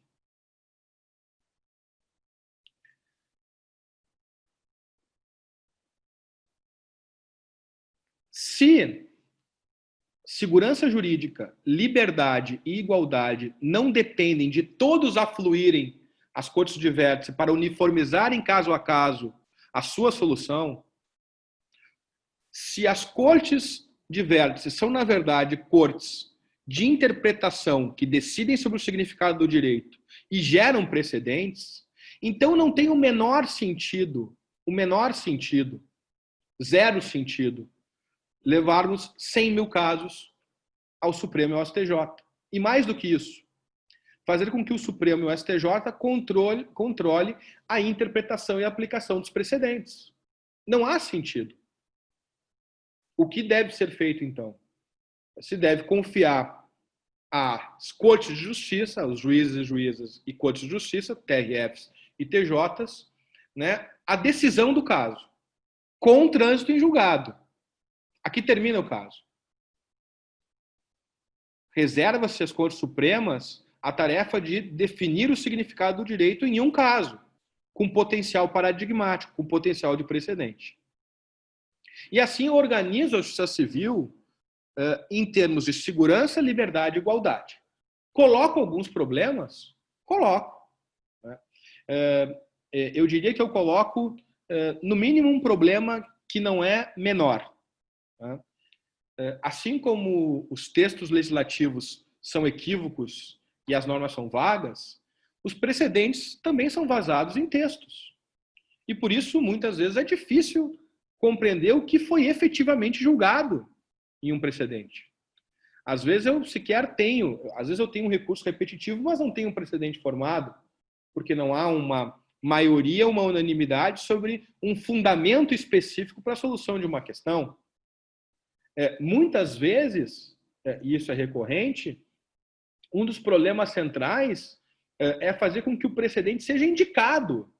Vejam que o Código fala que os juízes têm o dever de enfrentar os precedentes, e a meu juízo tem, mas não fala que os advogados têm o ônus de alegar os precedentes. E sequer mostra o que significa alegar um precedente. Alegar um precedente não significa colar emendas. Alegar um precedente significa mostrar fatos essenciais, mostrar de que modo esses fatos essenciais se conectam com as generalizações das razões necessárias e suficientes que saíram da solução desse caso, e de que modo esse segundo caso se relaciona com esses mesmos fatos e com essas mesmas soluções. É isso que é alegar um precedente. E é isso que é decidir sobre um precedente. Como tudo isso envolve interpretação, imaginar que isso vai ser algo autômato, automático, é obviamente vender uma ilusão. Tudo isso depende de uma sofisticada tarefa interpretativa. Mas também causa um inequívoco benefício para a justiça civil brasileira. E com isso aqui eu procuro encerrar a minha exposição. Qual é o inequívoco benefício que a justiça civil brasileira vai ter? Uma racionalização em termos de segurança, igualdade, liberdade. Uma racionalização em termos de tempo de tramitação dos processos. E uma racionalização, como diz o Sérgio, acho que o Sérgio foi o primeiro a dizer isso no Brasil em 2013, em termos de alocação de custos e de material humano. A situação que há pouco tempo atrás nós vimos na justiça civil é que o STJ, quando queria, revia todas as decisões dos TRFs e TJs, inclusive revendo o fato. Depois o Supremo começou a rever todas as decisões do STJ, transmudando a natureza das questões. E assim o nosso sistema de justiça ficou sendo um sistema totalmente monolítico, com 4 instâncias. Quando, na verdade, o nosso sistema de justiça não pode ser pensado dessa maneira. Se nós quisermos, de fato,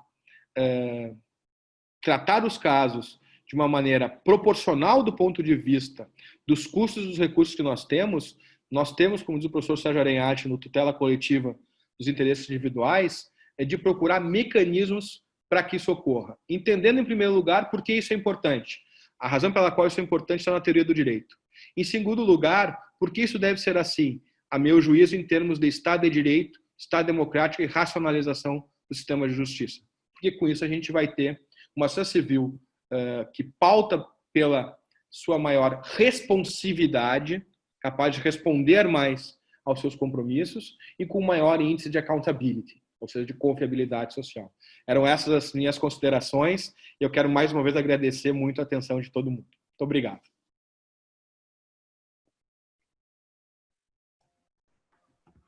Agradeço ao professor Mitidiero pela sua profunda exposição, que merece uma reflexão também muito profunda, porque ela envolve não só o aspecto do processo como si, como instrumento, mas qual realmente é a finalidade deontológica do processo, e principalmente dessa perspectiva de cortes, né, dentro das cortes da justiça civil.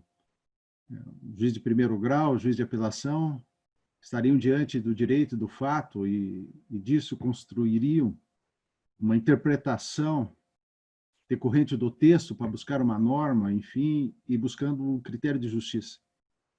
Mas essa é a minha inquietação, professor Mitidiero, e que eu venho trazendo isso, essa inquietação, há muito tempo nas minhas reflexões sobre a finalidade do exercício da função jurisdicional, inclusive nas cortes superiores, nas cortes de vértice.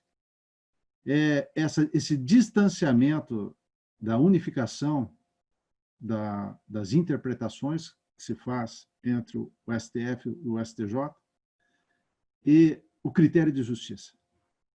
Me inquieta essa afirmação corrente da doutrina e dentro do próprio STJ, STF, que eles não são corte de justiça.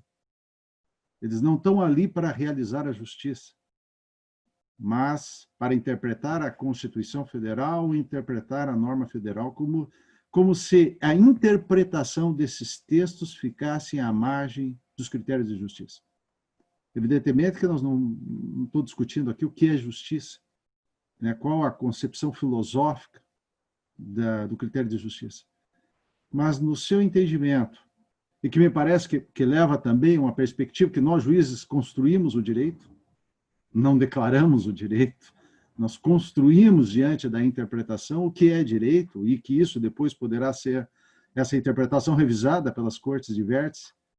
Mas no seu entendimento, esse distanciamento hoje das cortes superiores, do Supremo Tribunal Federal e do STJ, com essa perspectiva que eles não são cortes de justiça, no sentido filosófico do termo, não é isso que está deslegitimando um pouco o poder judiciário perante a sociedade brasileira? Deslegitimando no sentido de que a sociedade, às vezes, tem uma certa desconfiança dessas interpretações, porque o que a sociedade deseja realmente? É uma interpretação pura e simples, dogmática, do que é uma disposição constitucional, uma norma federal, ou que essa interpretação se aproxime aos anseios da sociedade em termos de justiça, justiça que eu digo justiça brasileira ou latino-americana, enfim. Então, é essa consideração que eu gostaria de fazer ao senhor, se na sua concepção, esse afastamento na interpretação dos tribunais superiores, nessa dicotomia entre a justiça fica apenas com o juiz de primeiro grau, os tribunais de apelação, e isso não é preocupação do Supremo e do STJ, se isso não deslegitima um pouco esses tribunais perante os olhares da sociedade brasileira como um todo. Trago isso, evidentemente, para uma consideração de Vossa Excelência e fico profundamente grato pela profundidade da reflexão. O que está faltando hoje?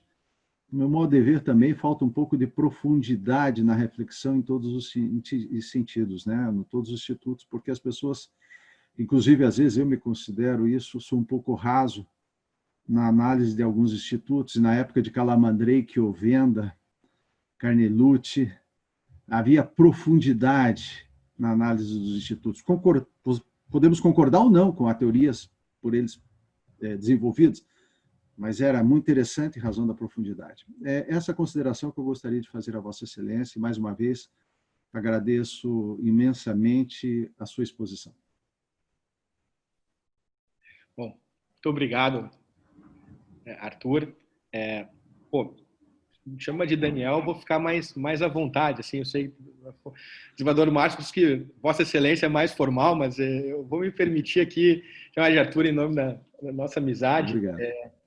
Até porque o Arthur me fez uma provocação velada aqui, a gente precisa fazer um disclaimer, tá? Porque, na verdade, essas são as coisas da vida, né?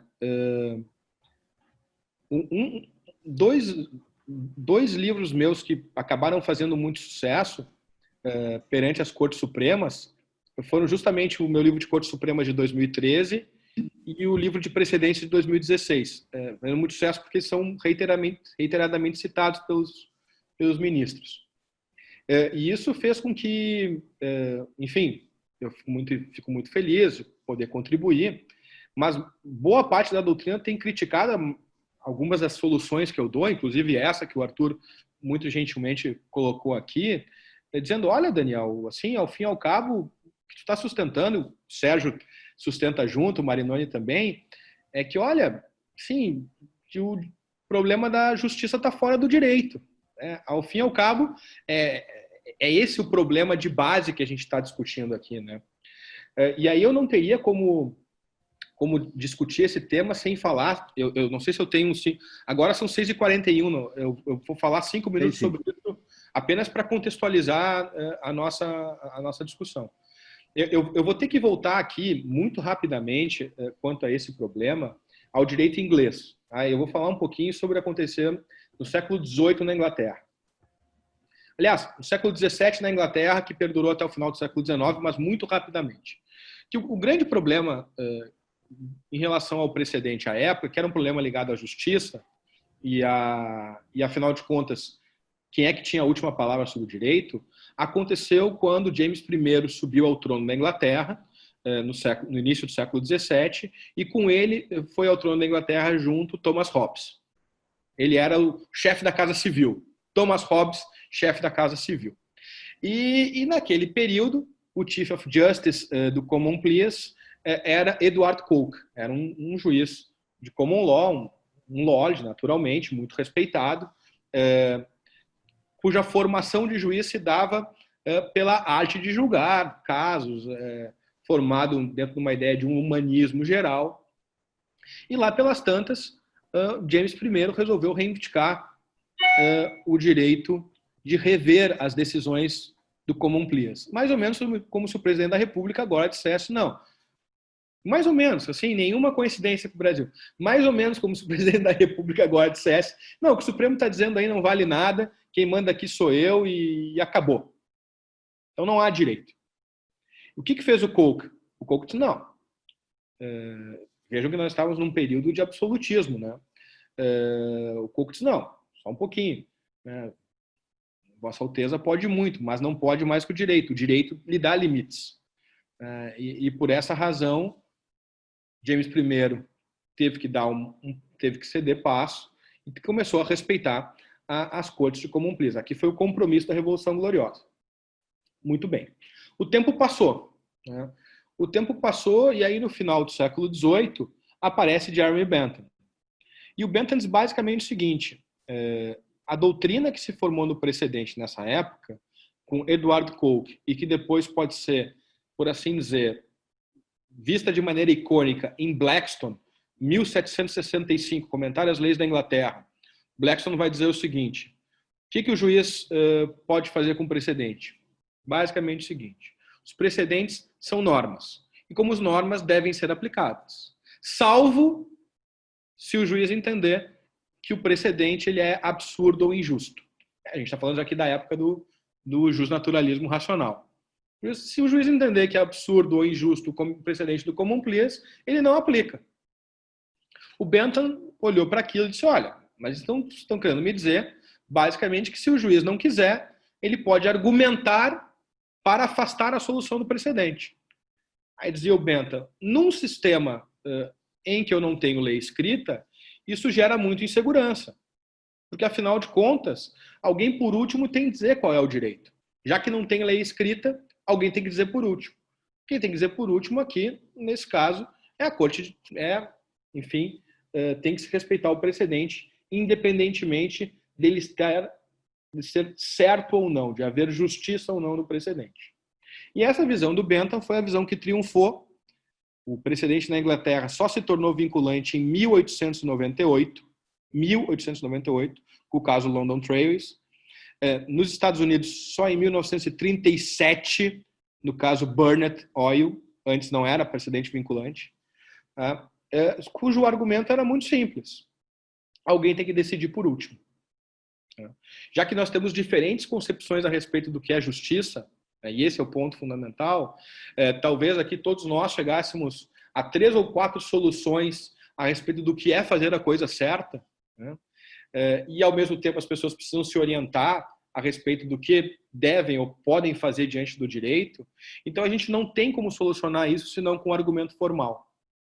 E aí eu te diria o seguinte, assim, como uma pessoa, como um professor, né, um teórico do direito, eu posso criticar as decisões do Supremo, do STJ, e dizer que essa solução não é boa ou é ruim, mas se um cliente vai me perguntar e dizer, Daniel, posso fazer tal coisa, ou vamos fazer tal coisa, eu preciso levar em consideração e dizer, olha, se eu fizer tal coisa, e se o sistema funcionar como eu espero, ou seja, que eles não alterem isso ao longo do jogo, né, como a meu juízo não devem alterar, então eu sou obrigado a te dizer que nós não podemos fazer o que tu estás querendo fazer. E eu acho que esse argumento de justiça formal é um argumento que tem um peso importante, que a justiça como segurança, ao fim e ao cabo, também é importante como um elemento para que a gente consiga ter desenvolvimento pessoal e social, né, em termos de liberdade e igualdade. Então, eu compreendo a tua argumentação. A tua argumentação ela é uma argumentação que assim, tem uma enorme campanha filosófica por detrás dela, mas ainda assim eu acho que é melhor a gente ter um erro para todo mundo do que ter erros e acertos, por assim dizer, picoteados, né? Eu acho que a sensação que isso passa para o utente do serviço de justiça, a sensação que isso passa para o jurisdicionado e para o país é muito ruim, né? Eu vou pegar um exemplo também polêmico, tá? O Queiroz ganhou habeas corpus, mas os outros não ganharam habeas corpus. O sistema de justiça se enfraquece desde o ponto de vista da accountability. Eu não sei se o Queiroz tinha que ganhar habeas corpus ou não. Eu não sei se os outros deveriam ganhar ou não. Vejam, eu não quero me pronunciar sobre isso, porque eu nem não conheço direito penal, não é minha área, então não é esse o ponto. O ponto é que o argumento formal aqui é o que vai legitimar o Poder Judiciário do ponto de vista da segurança e da uniformidade à luz do jurisdicionado. Eu acho que esse argumento é importante. E por isso que eu acho que essa construção das Cortes Supremas e das Cortes de Justiça, ela pode auxiliar. Ela não é a melhor, como a gente, enfim, não tem uma solução melhor para todos os problemas, mas eu acho que ela é a menos pior, por assim dizer. Mas eu concordo com as tuas preocupações também, embora eu me incline num outro sentido. Perfeitamente. Obrigado. Muito obrigado. Eu que agradeço a sua gentileza e passo a palavra de imediato ao desembargador Márcio. Obrigado, professor Mitidiero, pela sua exposição. E fazendo assim uma união das duas palestras, lembrando quando o professor Sérgio falava de que o processo, ou melhor, que fazer doutrina processual é importante, é interessante, mas que, de certa forma, ele fica na expectativa de que isso seja, de alguma forma, reverberado no Poder Judiciário, em decisões concretas do Poder Judiciário, com a sua fala, professor Mitidier, no sentido de que o processo ele teria que ter uma responsividade melhor, né? Ele teria que ter uma clareza maior do seu fim e, de uma certa maneira, eu vou me habituando dos resultados que nesses recursos. Você pode esperar do processo. E, partindo de uma discussão de definição entre civil law e common law, o que nós temos no Brasil é que nós não temos, aparentemente, nenhum dos sistemas, porque a regra de precedentes por nós não é obedecida nos próprios tribunais, internamente. Nós vemos o STJ e o STF com decisões, às vezes, alternantes, digamos assim. E daí isso me leva a uma consideração que a falta dessa obediência aos precedentes tem levado o Brasil a cair naquela definição que dizem de qual é a diferença entre a common law e a civil law, sob uma perspectiva do poder do juiz. De que na civil law, ou melhor, na common law, o poder de dizer o direito está na mão do Estado e do juiz. E na civil law, isso eu como magistrado nunca gostava de ouvir, mas hoje em dia eu estou cedendo a essa assertiva.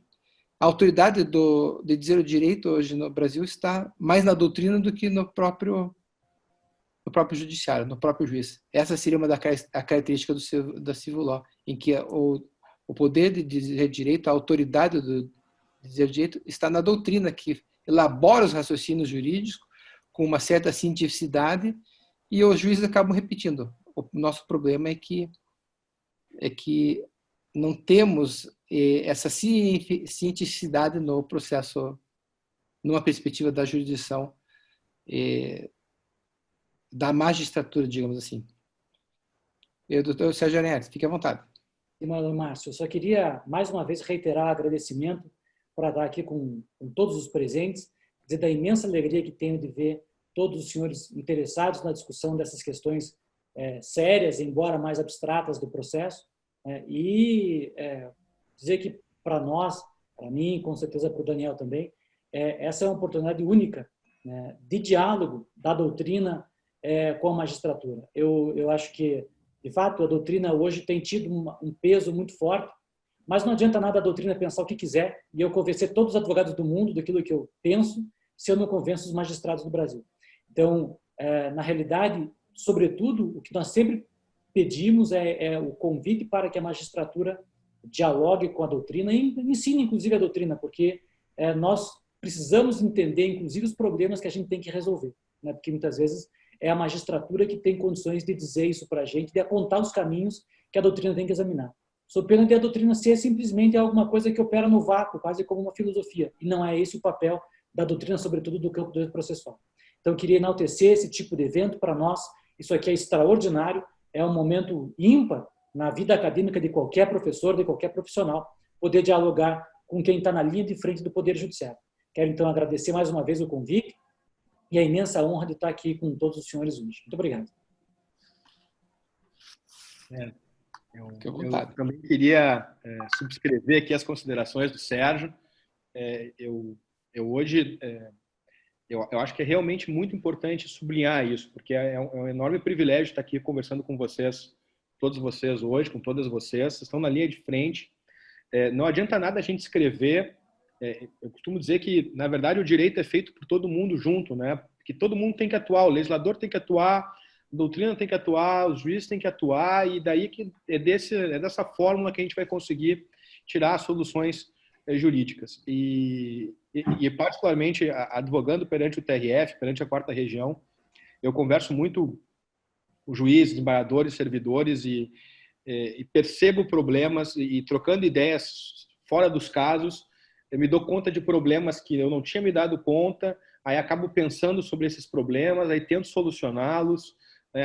Acerto, erro, como todo mundo, mas sem esse laboratório riquíssimo a gente não consegue prosperar. Então, quer dizer que realmente é uma grande honra essa interlocução, eu fico muito feliz, me sinto muito gratificado e honrado, e quero dizer que sempre que convidado voltarei, e agradecendo mais uma vez essa oportunidade. Muito obrigado mesmo, governador Márcio e doutor Arthur, que agradeço aqui em nome de todos que estão presentes aqui. Muito obrigado. Então, novamente, agradecendo aos conferencistas, a presença dos magistrados que participaram deste evento. Agradeço a presença da minha servidora, Letícia, que está também atenta a essa renovação de conhecimentos, e convido a todos, então, para participarem na próxima quinta-feira, às 17 horas, para o nosso prosseguimento do webinário.